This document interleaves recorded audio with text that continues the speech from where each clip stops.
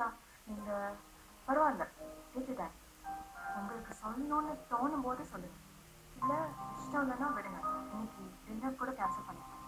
நான் வீட்டுல பேசிட்டேன். நான் உங்ககிட்ட சொன்ன நான் என்ன கேன்சல் பண்ண சொல்லி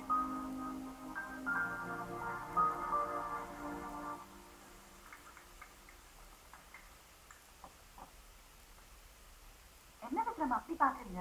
நீங்க இன்னைக்கு டின்னருக்கு வரேன்னதும் அங்கடா குக் பண்ணுவேன்னு சொல்லிட்டாரு. சும்மா இல்ல. அப்பா லவ்ஸ் குக்கிங். அவரோட ஹாபி.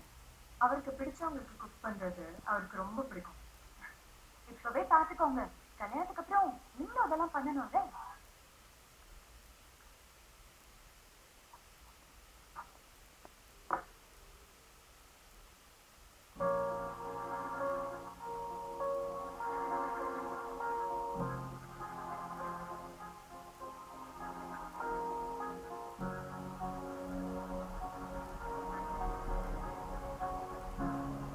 ஹாய் விக்ரம், நீங்க என்ன பண்ணிட்டு இருக்கீங்க? Dinner is ready. இல்ல அப்படியே சும்மா like to join for drink. இல்ல பரவாயில்ல. Can I? Yeah sure.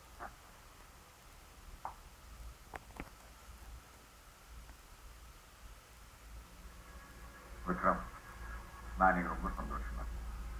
நார்மலா இந்த பொண்ணை பத்த அப்பனுக்குலாம் பெரிய கர்வம் இருக்கும். அந்த பொண்ணை தன்னை விட யாரும் சந்தோஷமா வச்சுக்க முடியாது. ஆனா இன்னைக்கு அந்த கர்வம் மொத்தம் அழிஞ்சு போய் நிக்குது.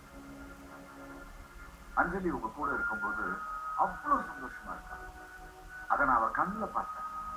இதுக்கு முன்னாடி அஞ்சலி அப்படி நான் பார்த்தது இல்ல.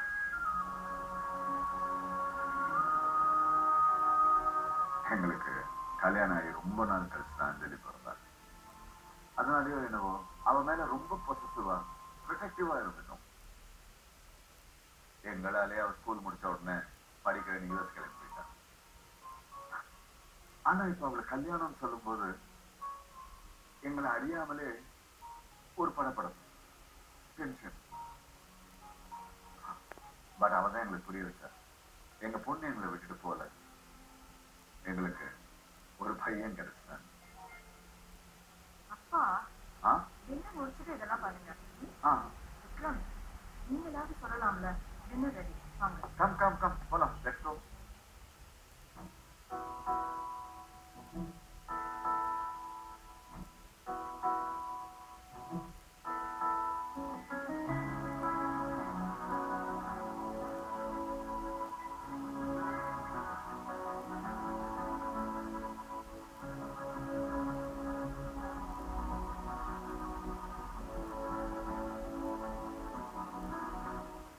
அப்பாவோட குக்கிங் எப்படி?